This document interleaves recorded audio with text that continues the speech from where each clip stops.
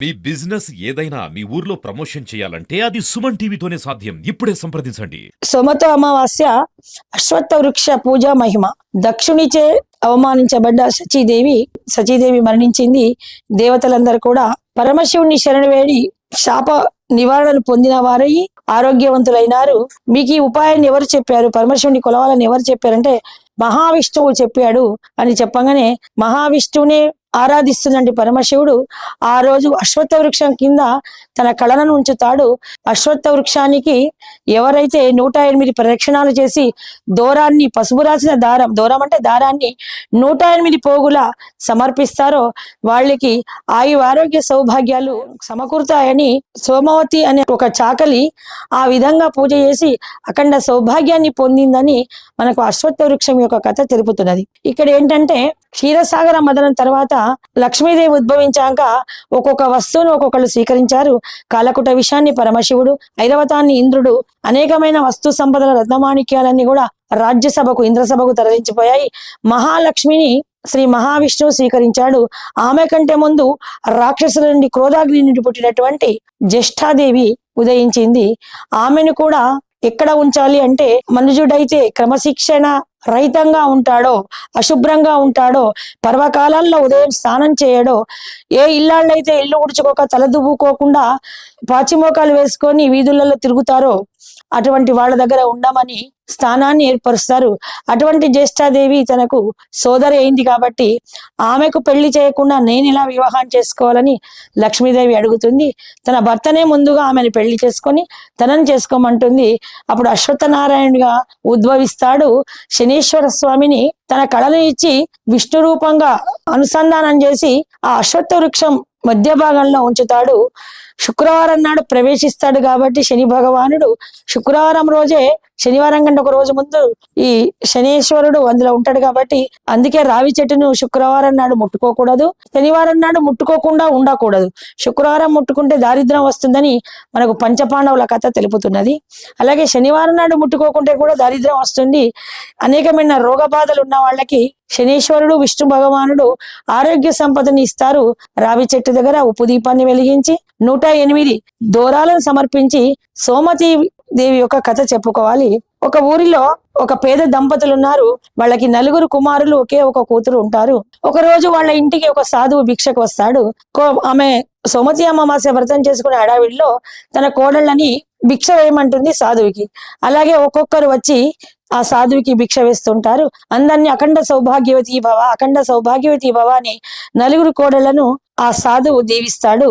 అలా దీవించినప్పుడు తర్వాత తన కూతుర్ని కూడా నువ్వు వెళ్ళి భిక్ష వేయమ్మా అంటుంది కూతురు. భిక్ష వేయమంటే ఈ సాధువు నేను భిక్ష స్వీకరించను, ఈ అమ్మాయి భిక్ష స్వీకరించాను అనగానే అక్కడే కూర్చున్న ఆ తండ్రి, ఎందుకు స్వామి, నా కూతురు ఏం పాపం చేసిందంటే ఈమెకు వైధవ్యం రాసి పెట్టి ఉంది. ఎవరైతే విధవలు అవుతున్నారో ఈ వైధవ్యానికి సంబంధించిన జాతకం ఈమె నుదుటి మీద రాసి ఉంది కాబట్టి నేను ఈమె భిక్ష స్వీకరించను అంటాడు ఆ సాధువు. అప్పుడు ఎలాగైనా మాకు ఉపాయం చెప్పండి, తరుణోపాయం లేదు, మీరే చెప్పారు కాబట్టి శాపం గురించి మాకు ఇంతవరకు ఆమె జాతకము చూపించలేదు, దయచేసి మాకు నివారణ ఉపాయం చెప్పండి అంటే ఫలానా కాశీ దేశంలో వారణాసిలో దగ్గర ఉన్నట్టు ఒక గ్రామంలో సోమవతి అనే ఒక కన్యక, ఒక చాకలి ఉంది. ఆమె ఎన్నో సంవత్సరాలుగా అశ్వత్థ వృక్షానికి పూజలు చేసి అనేకమైన వరాలు పొందిన సౌభాగ్యవతి. ఆమె నుదిటి పాపిడి కుంకుమను తీసి ఈమెకు పెడితే ఈమె సౌభాగ్యవతిగా ఉంటుంది, జీవితాంతం సౌభాగ్యవతిగానే ఉంటుంది అని చెప్పేటప్పటికీ 3 కొడుకులను అడిగితే ఆ బ్రాహ్మణుడు 3 కూడా వెళ్ళనంటాడు. చివరి వాడైన 4వ కొడుకు తన చెల్లెల్ని తీసుకొని ఆ కాశీ మహాపట్టణానికి వెళ్ళి ఆ పక్కన ఉన్న ఊరి బయట ఉన్నటువంటి గ్రామంలో నివసిస్తున్న సోమతి ఇంటికి వెళ్తారు. ఆమె చక్కగా కళ్ళాపి చల్లుకొని తులసి అర్చన చేసి ఆ రావి చెట్టుకు ప్రదక్షిణాలు చేసి రోజు తన వృత్తి కోసము అందరి మలినమైన వస్త్రాలను తీసుకొని వెళ్ళి నదిలో ఉతికి ఆరవేసి మడతలు పెట్టుకొని సాయంత్రంకి ఇంటికి వచ్చేది. ఇలాగా రోజు చేస్తే ఆమె వీళ్ళకంటే ముందుగానే చేస్తుంది. ఆమె చూపు వాళ్ళపై పడాలని ఈ చెల్లెలు అన్న ప్రయత్నించి గోమయాన్ని సేకరించి ఆ చాకలీలు ఇవ్వకముందే ఆమె కుటీరాన్ని కూడా గోమయంతో అలికి చక్కని ముగ్గులు పెడుతుంటారు. మళ్ళీ వెనుకకు వెళ్ళి దాక్కుంటారు. ఇలాగ రోజు నాకంటే ముందే ఎవరు లేస్తున్నారు అని అనుకుంటుంది. పని హడావిడిలో వెళ్ళిపోతుంది. అలా 7 రోజుల ఆ సోమతి యొక్క ఇంటి సేవ చేశాక ఆమె ఒక రోజు తన భర్తను చాకిరేకు పంపించి తనే కూర్చుంటుంది, ఎవరు నా ఇంట పనిచేస్తున్నారు అని తెలుసుకోవడానికి. అప్పుడు అన్నా చెల్లెళ్ళు గోమయాన్ని తీసుకువచ్చి చక్కగా అలికి ముగ్గులు పెట్టి ఆమె తులసి కొడక ముగ్గులు వేయడం వల్ల, ఎవరు తల్లి, మీరు పెద్ద కులం వాళ్ళు ఉన్నారు, మీరు నా ఇంటికి సేవ చేయడం ఏంటి అని అంటే ఆ సాధువు చెప్పిన వృత్తాంతాన్ని కథను మొత్తం కూడా వివరిస్తారు. అయ్యో ఇంత భాగ్యానికేనా అని వెంటనే తన పాపిట్లో తులసి దగ్గర పూజ చేసి పాపిటిలో ధరించిన కుంకుమను తీసి ఆమె నుదుటికి పెడుతుంది. పెట్టంగానే ఆమెలో ఉన్నటువంటి వైధవ్య దోషాలు కూడా, ఆ బ్రాహ్మణ బాలికలో ఉన్న వైధవ్య దోషాలు కూడా నశించిపోతాయి. అయితే ఇలాగా ఆ కుంకుమ కొంచెం పొట్లం కట్టుకొని వెళ్తుంది. ఈమెకు వెంటనే ఒక మంచి వరునితో వివాహం అవుతుంది. ఇలాగ రోజు పెట్టుకోగానే ఒక నెల రోజులు అయిపోగానే ఆమె దగ్గర కుంకుమ అయిపోతుంది. కుంకుమ అయిపోవడం అంటూ ఉండకూడదు. ఎక్కడైనా ఇప్పుడు మన అమ్మవారి దగ్గర కుంకుమార్చనలు చేస్తుంటే ఆ కుంకుమ నిండుకుంటున్నది భరణిలో అనగానే మళ్ళీ అందులో ఒక మంచి కుంకుమ గాని మహాలక్ష్మి, దుర్గాదేవి, లలితాదేవి, సరస్వతీదేవికి పాదాలకు ₹1 బిళ్ళ దగ్గర పెట్టి దానికి కుంకుమార్చన చేసి మన ఆ కుంకుమను మళ్ళీ బరిలో నింపుకొని వెంటనే మన ఆ కుంకుమను ధరించాలి. అలా చేయడం వల్ల నిండు సౌభాగ్యంగా విలసిల్లుతారు. అయితే ఈమె కుంకుమ నిండుకొని చూసుకోలేదు. కుంకుమ నిండుకోగానే చక్కగా అన్యోన్య దాంపత్యం చేస్తున్నటువంటి ఈ భార్యాభర్తలు ఇద్దరు కూడా ఆ రోజు పూజ చేసుకొని తన తల్లిగారింటికి పయనం అవుతుంటే నది నడి మధ్య భాగంలో సోమతి అమావాస్య ఈ రోజు అనగానే ఆమె పడవను ఒడ్డుకు చేర్పించుకొని, స్వామి మీరు ఇక్కడ కూర్చోండి, నేను రావి చెట్టుకు ప్రదక్షిణ చేసి వస్తాను అని తన చీర కొంగులో ఉన్నటువంటి 3 పోగులు తీసి రావి చెట్టుకు చుట్టి దండం పెట్టుకుంటుంది. కానీ ఆ 3వ పోగు కూడా పూర్తి కాదు.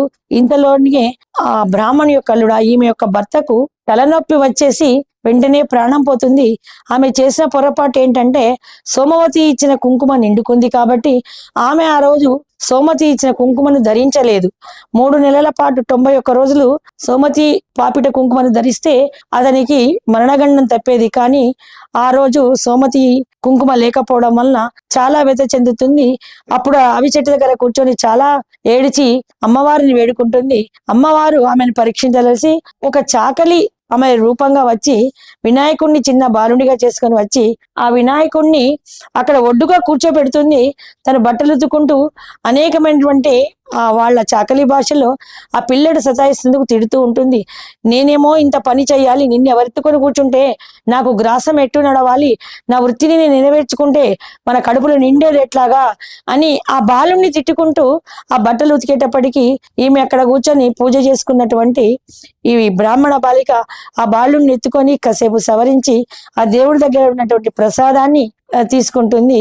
ఈమె యొక్క సౌశీల్యాన్ని, శాంతాన్ని, సహనాన్ని చూసి అమ్మవారే, సాక్షాత్ అమ్మవారే దగ్గర ఉండి 108 ఖర్జూరం పండ్లు ఆ చెట్టుకున్నటువంటివి 108 ఫలాలతోని పూజ చేయిస్తుంది. ఆమె సాక్షాత్ గౌరీదేవి అని తలుచుకొని ఆమెకే వాయినాన్ని ఇస్తుంది. మళ్ళీ పాపిట కుంకుమను తీసి ఆమె పాపిట్లో పెట్టగానే నిద్ర నుంచి లేచినట్టుగా ఈ విగతుడైనటువంటి తన భర్త జీవించడము, వాళ్ళిద్దరు తిరిగి వాళ్ళ అమ్మగారింటికి వెళ్ళడము ఈ కథంతా కూడా చెప్తుంది. తన తల్లిదండ్రులకు, తన వదినలకు అందరూ కూడా సోమతి అమావాస్య వ్రతాన్ని బట్టి అఖండ సౌభాగ్యాన్ని పొందుతారు. ఈ వ్రత చేసేటంటే విధానం ఏంటంటే ఉదయం లేచి శుచి శుభ్రంగా చక్కగా మడికట్టుకొని శివాలయానికి వెళ్ళి శివాభిషేకం చేసుకొని 10 గంటలకు కుటుంబ అవసరాలు తీర్చుకొని అపరాహ్న వేళ కానీ లేక సాయం సమయం వరకు ఉపవాసం చేసి అక్కడ చక్కగా అలికి అష్టదళ ముగ్గులు వేసుకొని రావి చెట్టు మొదట్లో ఆ రావి చెట్టు కింద కూర్చొని 108 వత్తులు, 108 వస్తువులు ఏవైనా బాదం పలుకులు కానీ, కాజు పలుకులు కానీ, పళ్ళు కానీ ఎటువంటి అయినా 108 నివేదించి విష్ణు స్వరూపంగా బ్రాహ్మణుని ఎంచుకొని ఆ బ్రాహ్మణు ద్వారా సంకల్పం చెప్పించుకొని అవన్నీ కూడా ఆ బ్రాహ్మణునికి దానం ఇవ్వాలి. పూజ అయిపోయాక 108 తర్పణాలు అర్ఘ్యాలు వదలాలి. అశ్వత్థనారాయణునికి తులసిమాలలు వేసి పూజ చేయాలి. అశ్వత్థనారాయణ యొక్క మహిమను, కథను తెలుసుకొని ఈ సోమవతీదేవి యొక్క కథ చెప్పుకోవాలి. తదనంతరము 108 ప్రదక్షిణాలు చేయాలి. వయోభారం అన్న దీర్ఘ సుమంగళులు చేయలేకపోతే కనీసం 11 ప్రదక్షిణాలన్నా చెయ్యాలి. కానీ 108 దూరాలు చేతన్న పోసుకొని ఆ అశ్వత్థ వృక్షానికి సమర్పించి అక్కడ ఉన్న సువాసందరికి పసుపు కుంకుమ ప్రసాదం పంచాలి.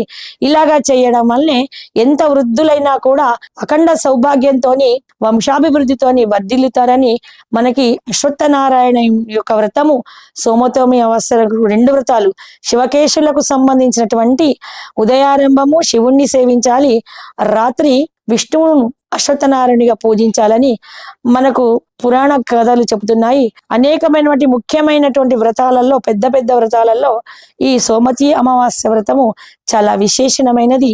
ఇది సౌభాగ్యానికి, సంపత్తికి, సంసార సుఖాలకు, తదంతరం వంశాభివృద్ధికి చేయడం వల్ల గతించిన పితృదేవతలందరూ కూడా సంతోషిస్తారు. 7 పీఢీల వరకు జన్మించే 7 పీఢీల వరకు సుఖ సంతోషాలతో పాపరహితులుగా ఉంటారు అని ఈ వ్రత మహిమ తెలుపుతోంది.